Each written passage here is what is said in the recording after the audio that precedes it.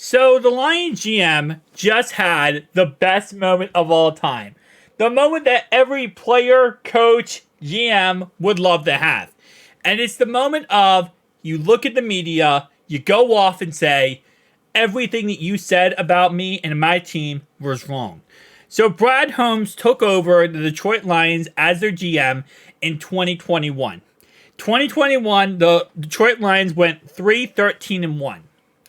One of the worst records in the NFL. And the media, oh, they let him have it. They talk the talk every single second. You went with Penny Sewell. You didn't go with this guy. You went with another player. You didn't go with this guy, this guy, this guy. They let him have it. And the following year, he went 9-8. Missed the playoffs. They let him have it yet again. They were relentless on letting him have it. And now after this season where they went 12-5, they went to the NFC Championship game, looked like an amazing team. A lot of their draft picks are working out. A lot of the things that Brad Holmes did are now actually starting to come to tuition. He had his moment to say, I told you so, and he let the media have it. Let's go ahead and watch up on this one. But when you look back at those picks, and those picks were not welcome by many in this room. You know, Dave, you wanted us to pick quarterback. You didn't want us to pick Penei Sewell. I love how he points at a reporter. He's like, you wanted us to take a quarterback. Remember when you didn't want to take Penei Sewell? Yeah, I remember, buddy. It was 2 years ago. You didn't want us to take this guy. You know, people didn't want us to wait till the fourth round to draft a wide receiver. People didn't want to wait on a Derek Barnes to develop. But every single move was intentional and was made with intention. You know, back in 2021, we did not have multiple ones. We did not have multiple twos. We did not have 4 picks in the first 100, you know. Now, we did have that, and we used those wisely. You guys didn't agree, but we used those picks wisely. But we had one extra pick in 2021. We had a comp third. That was Ife Melifonwu. Carlos, I know you said that was a miss, but that was the only. He's pointing out reporters by names and saying, yep, I remember you said that was missed. Remember that? Remember when you said that we missed on that pick? Remember when you said we messed up? Oh, hey, remember you? You said we shouldn't have taken this one guy. Remember when you said that? He has receipts. He is cashing out his receipts. He has screenshots of, well, remember, yeah, no, hey, back corner.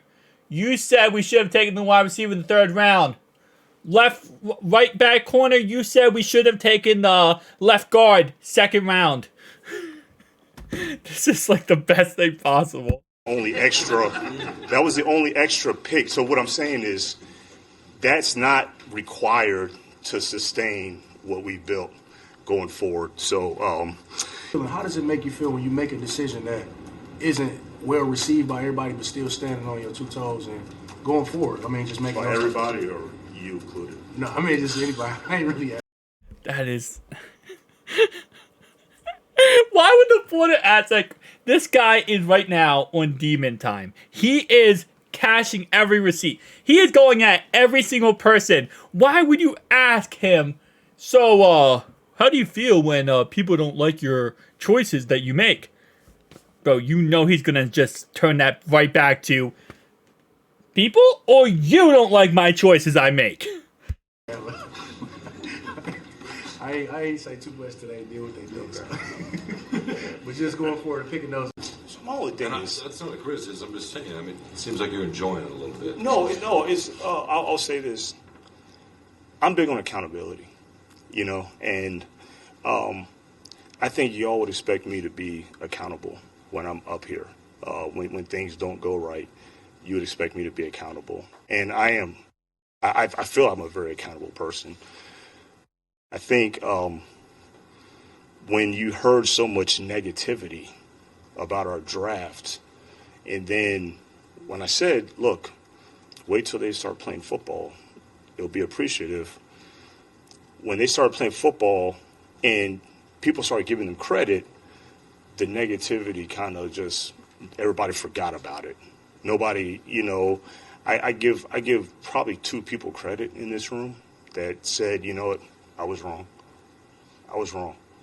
And I appreciate that, and I respected that. But just the other about, you knew they were wrong, and then oh man, these rookies are playing so well. Or you hear many people gave him backlash, or, oh man, there were some people that, no, it wasn't many, it was you. I'm reading it like, no, you gave him backlash. And so just having accountability, that's all it is. But again, like I said, I'm not here to, I told you so. Again, I told you so was when we selected the players. You just got to get through the post-draft way. I love that so much. It is so true, though. No one in the media ever has accountability. And listen, I have admitted before in the past when I was wrong many times. Because, yeah, we're all human, right? At the end of the day, we're all human. The problem with the media is they will always try to create the most negative angle possible. If a lot of people are thinking something is negative, they take the most negative angle possible and they run with that idea. And they'll run players into the ground if they have to, just so that they can get ahead, make money, get clicks, get views, all that kind of stuff. It's really pathetic. And that's why I said many times, I hate the media, because the media is a bunch of just crap. It is a bunch of crap. And you see it with all these NFL talking shows, or these NFL analysts, as I call them analysts, but they're jokes. They're jokesters. That's pretty much all they are. They say something, and then next week they flip-flop to another subject. They flip-flop more than a politician does. It's kind of sad how insane this ends up becoming, that it's just like left, right, and center. Bloop, bloop, bloop, bloop, bloop, bloop, bloop. They regurgitate bullcrap and spit it out their mouth. The one thing I will say, and this is ironically enough, Bart Scott, right? Bart Scott is an idiot. Bart Scott said some stupid stuff. He hates us. He talks trash about us all the time. But the one thing he does do that I give him credit for is he's very consistent with talking trash on us. He's very consistent with his opinions. He said stupid stuff, and he said stuff that you had to double take and be like, did he just say that out of his mouth? Like, what does he think? What is he saying? But at least when he talks, you sit there and go, made no damn sense. But you're like, well, he's going to say that every single time. He's going to be very consistent with what he says every single time. And no one else in the media ever is. Everyone has an opinion that whatever a lot of people think, whatever will get people talking and buzz and all that crap. And then the second they're wrong, they jump the bandwagon to say, oh yeah, this guy's great, this guy's great. Like, no, you were the one talking trash. And I'm happy that the GM here finally pointed this out and really held, as they would say, held the reporters' feet to the fire. And you know what's funny is, all these reporters, they won't come out and hold accountability like the GM said right here. All they're going to do is write the story about it, saying how crazy the GM is, how, off the rails the GM went, and move on with their lives. It's a part of the media. See you guys next one. Peace out.